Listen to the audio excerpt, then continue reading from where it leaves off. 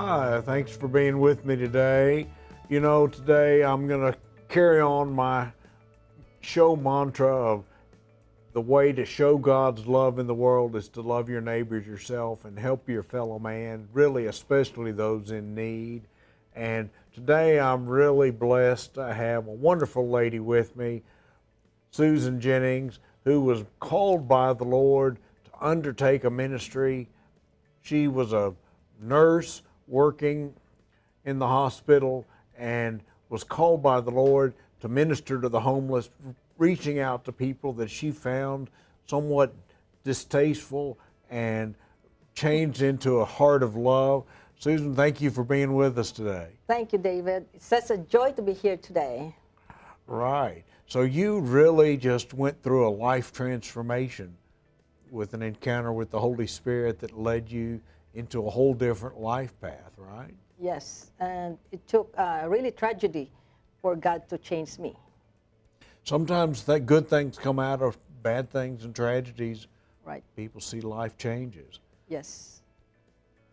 Well, I was so moved by getting to know Ron, the COO of Operation Care. But so you started out with a blanket ministry to the homeless, right? Yes. And it just grew and grew. Yes.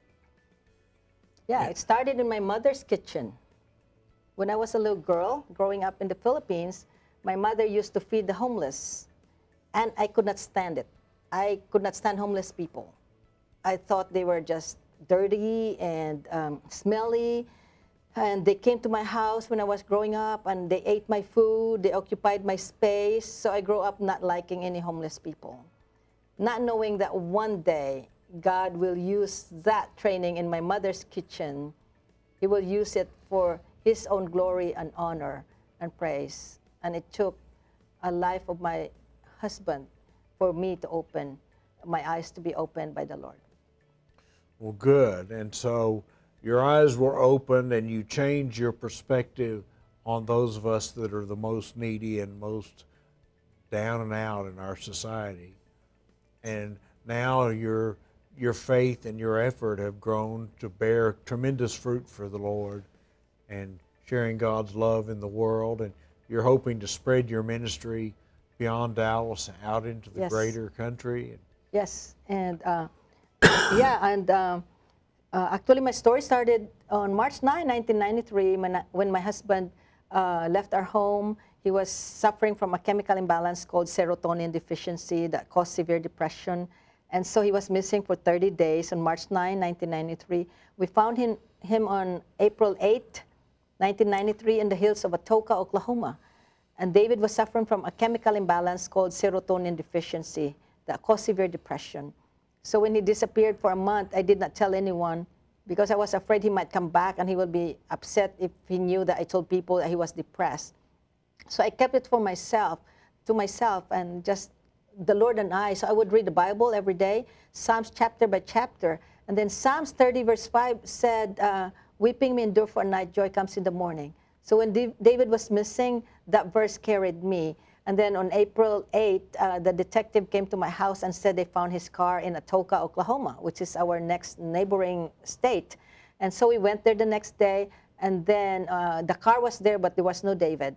And so we tried to locate him. We were screaming, David, David, David. Then at 12 noon, exactly 12 noon, I heard a shot fired, and it was the detective running from the hills and screaming. He said, I found him, I found him. I said, I found a body, and I think that's him. So when he said that, I felt like the whole world just came to me, and it was so dark, and I was in shock. And then so we went to where they found him, but the Lord put a creek, a body of water, so I could not get to David, because actually David had been dead for 30 days. He committed suicide. He shot himself from depression also. And so I got mad at David. I didn't get mad at God, but I got mad at David. I questioned him, why? We were supposed to grow old together. And then I just went on the top of the hill and I screamed. I said, God, give me strength. God, give me strength. And then immediately I felt like a voltage of electricity went on my toes, and then it traveled, and then it came out of my mouth. And then after that, I felt like somebody lifted me in my arm here, and then I started walking like I was 1 foot walking above ground, like there was so immense peace. And I knew it was the Lord or the angels of the Lord carrying me, because I was asking him, Lord, give me strength. Lord, give me strength. And the one that came out of my mouth, I think, was my fear, anger, my anxieties, and not knowing where David was. And I was mad at David. The Lord took it away. And then 3 months later, I had a car accident. I could not walk. I became disabled. And then 2 months after that, I was baking a cake in my kitchen. 30 feet from me, I saw a lot of policemen going back and forth in my fence. I went outside and I asked the police, I said, sir, what's happening with my neighbor? And he said, your neighbor just committed suicide. This is 5 months after we just buried my husband. That's when I got mad at God. I questioned him, why? And then that night, September 7, 1993, God gave me a dream. In my dream, I was knocking at my neighbor's doors, telling them about Jesus. So the next day, I decided to choose joy, because I remember the verse, Psalms 30, verse 5, weeping may endure for a night, joy comes in the morning. So I decided I'm going to choose joy, because see, life is full of choices. So I said, Lord, what can I do for you? So this is what I tell people. Do not ask God, what can you do for him, if you're not prepared, because it's going to take you out of your comfort zone.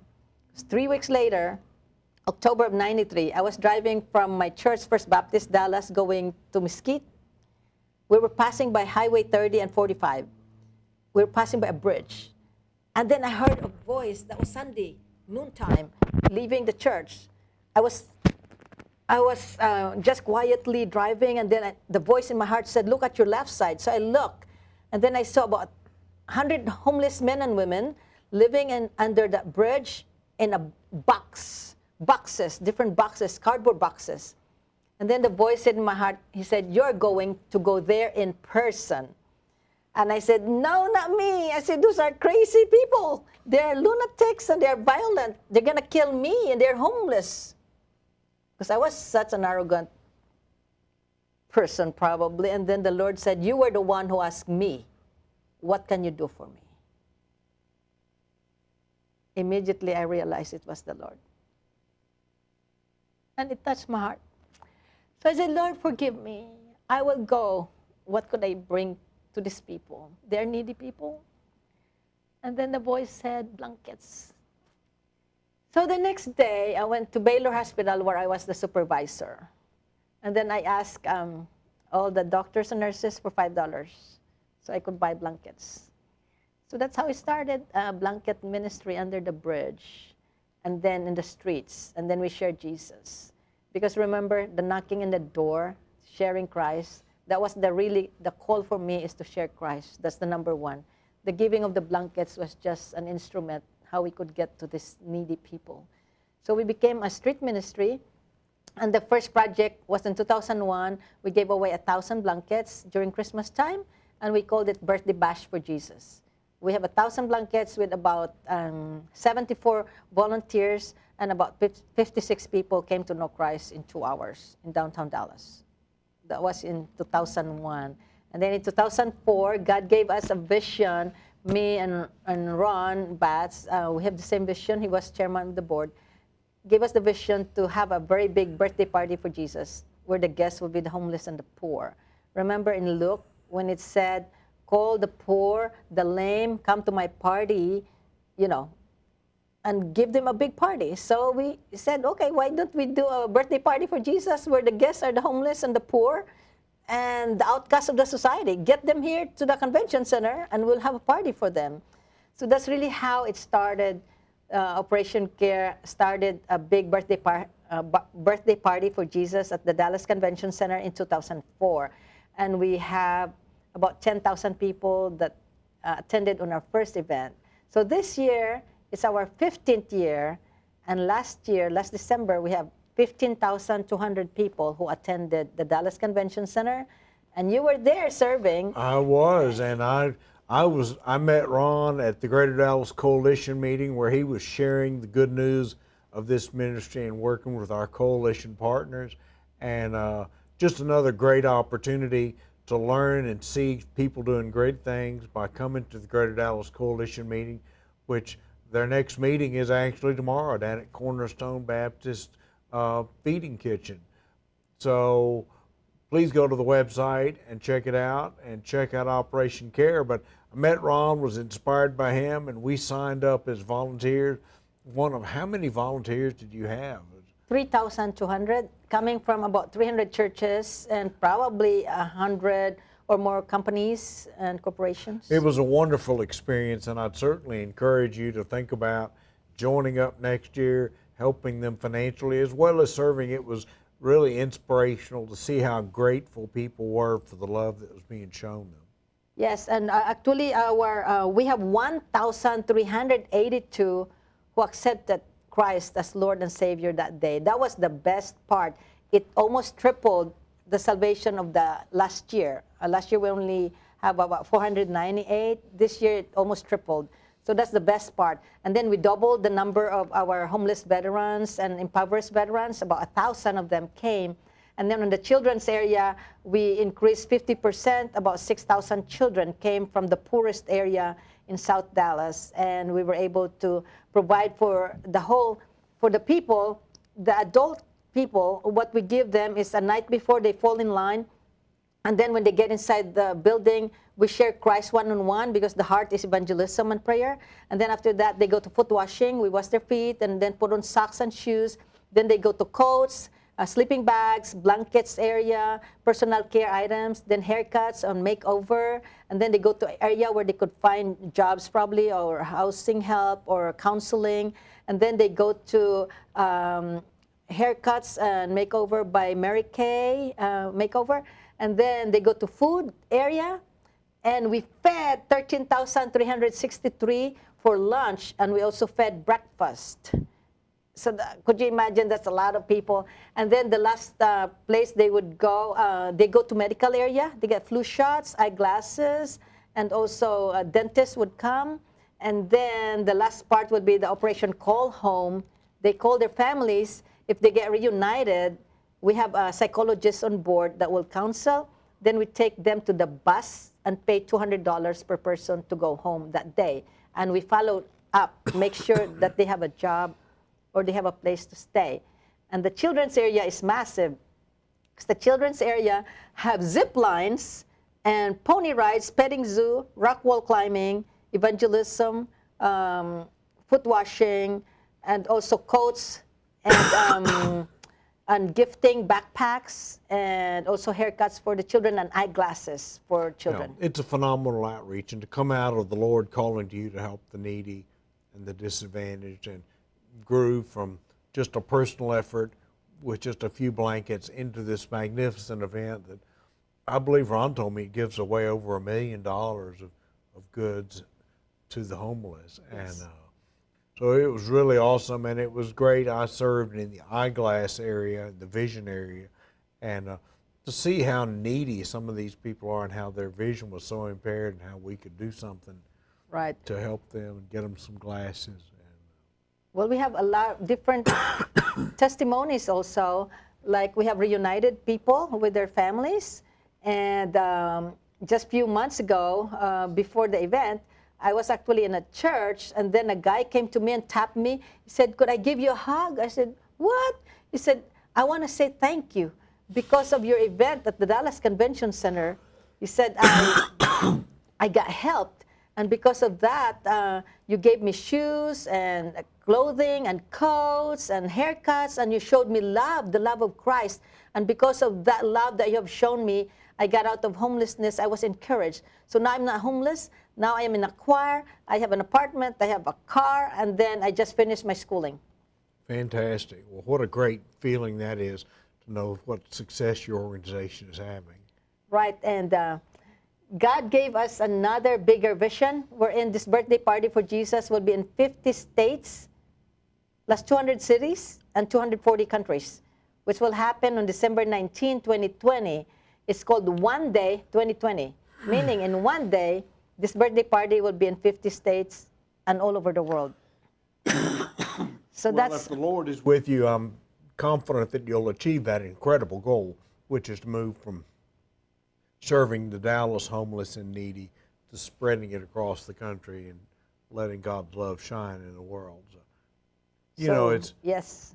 It's amazing what you've been able to do, and you were just working as a nursing supervisor. You know, so you don't have to be from a really wealthy background or have a really high-paying job to really make a big difference in the world. God can use all of us to really change the way things work, and he chose Susan to do this ministry and to really move it forward to an incredible level. Well, I was probably the most unlikely person that God called because I didn't care for the homeless. Growing up, they were in my home, and I didn't like that at all. Plus, when I was a little girl, a homeless lady slapped me while I was in the marketplace without provocation. She was mentally ill. So that added to my dislike of the homeless, not knowing that one day I will serve the people I didn't like and the ministry I didn't really want.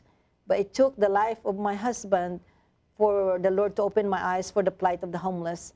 And I also wrote a book called 31 Days of Mountaintop Miracles, wherein it's 31 stories of miracles that happened to me all over, in 5 different countries like Israel, India, Philippines, Africa, Dallas. And that book is talking about miracles and at the same time talking about unconditional obedience. For me, the unconditional obedience in my life that I really could give an example was, number 1, when God called me to go under the bridge. I didn't like it, but I knew God was calling. Number 2, on November 3, 2007, God told me to become homeless myself. So I live in the streets of Dallas. I pretended to be homeless.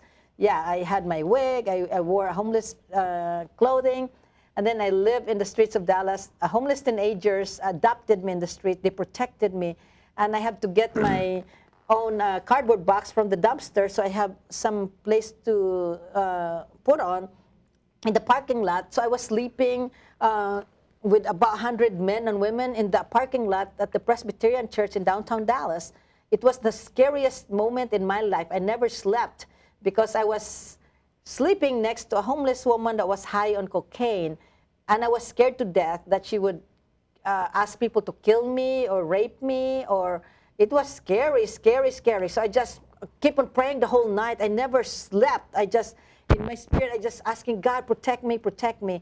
And that experience opened my heart more to the plight of the homeless, that they are scared to death in the streets, being there in the streets. Living in fear. Yeah, living in fear. So that was the number 2 that I obeyed God. Number 3, God told me, leave your 6-figure income as a nurse supervisor and become a missionary with nothing. I left my job without looking back. And look, God had taken me to 11 countries: Philippines, India, Africa, Taiwan, China, Indonesia, Cambodia, Israel, Jordan, Brazil, Nepal. We help 28,000 children, and we provide them with backpacks, T-shirts, shoes, socks, food, personal care items, and also school supplies. And then we help 140,000 in Dallas, homeless and poor. And then we also have a school that God allowed us to build in Africa, Maasai tribe. And we have a medical clinic for the orphans in Cambodia. We also have a English school and a church being built in Cambodia. And then now we're partnering with Israel for another school this year. It's in Ariel. That's just an incredible story of God working through you. And, I don't know. It just makes me so impressed that to hear such an incredible faith story and to see God working in the world in such a powerful way and really making a great difference, and how you took a leap of faith so many times and the Lord buoyed you up and carried you forward, and you've been able to accomplish so much. And it's really a powerful message. It's really about unconditional obedience. So my book is really all about unconditional obedience. So when God calls, you obey, because unconditional obedience unleash the blessings of JOY. It blesses Jesus, it blesses others, it blesses you. So I have miracles in the book that would describe the JOY. And I would like to tell probably one miracle that I would like to share from my book. Sure. We were in Africa, and the title of our event in Africa was Feeding the 5,000. So we have 5,000 children pre-registered to receive the backpacks, T-shirts, shoes, personal care items, food, salvation bracelets, Bibles. Well, in Kibera slums in Nairobi, there's 45,000 children. Well, we only have 5,000 backpacks because that's all we have. That's all we can afford.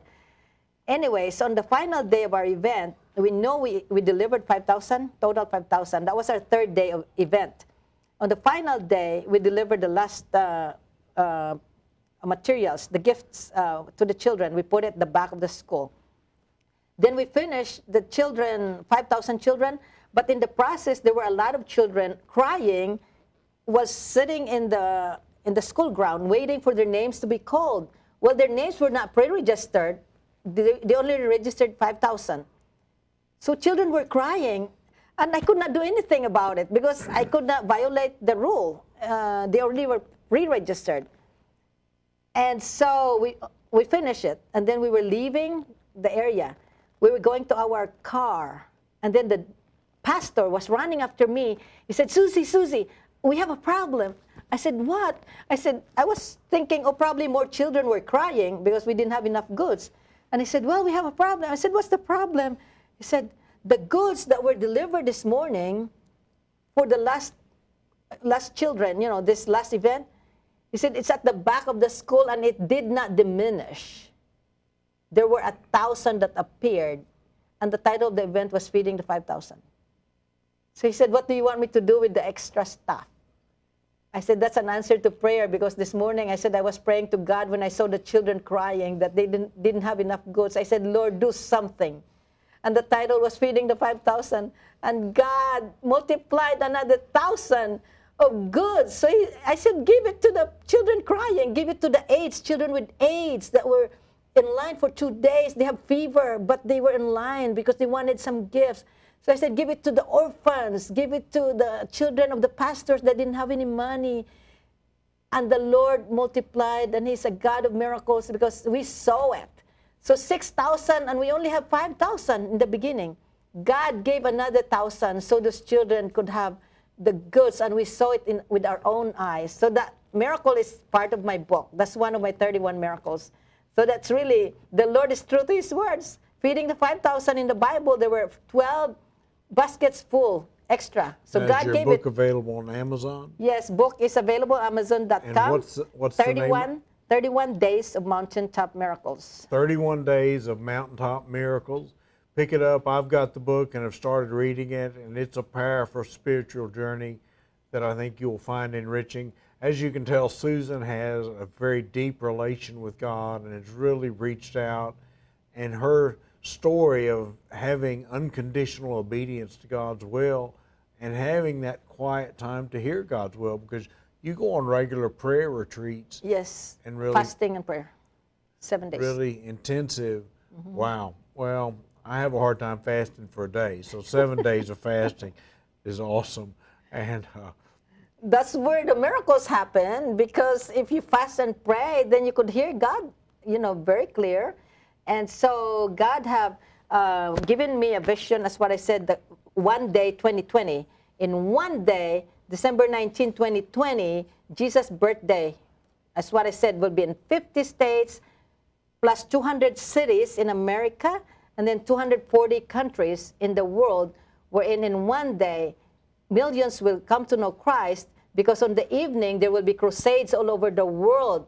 This is, God told me to tell the big evangelists to do this. They could choose the largest venue possible and preach the word. Well, in the whole world will celebrate Jesus' birthday in one day, December 19, 2020, culminated by crusades all over the world, wherein millions will come to know Christ and millions will become heirs to the throne, HEIRS. It's called One Day Million Heirs. That's fantastic. Our hashtag. Well, that's an amazing vision, and the Lord's worked miracles through you before, and this is a miraculous vision, and I really hope it succeeds beyond your expectations. Because it's God's vision. That's fantastic. You know, I don't know about you, but I think Susan's story is one of the more impressive, dramatic visions of how to serve God in the world that I've had on my show, and I really hope that you all reach out to her charity and give to it, volunteer, help her make this vision of celebrating Jesus' birthday in all 50 states and around the world. What an incredible thing, and what a great way to really fight the evil trends of the devil at work in our society, leading people away from Christ, leading people into an ungodly life. And I think it's going to be great. So how are you going to have more cities next year, or is this going to be just a... This year, we're going to launch it this year. We're going to launch the vision this year. And different big TV stations are already agreed to do the marketing for free. Fantastic. Yes, so it's all about evangelism. The whole world will be evangelized in one day. That's the heart of this ministry. And hopefully Jesus will come after that, because the world will be evangelized in one birthday party for Jesus. We're excited. We need everybody to be a part. And so spread the word. Spread the word. That's exactly right. And please forward the TV show to your friends and family and share this great news and this great opportunity to really evangelize for Christ and spread the good news of Jesus' saving grace. Amen. Upcare.org. That's going to be fantastic. And I'm looking forward to serving next year at the event here in Dallas.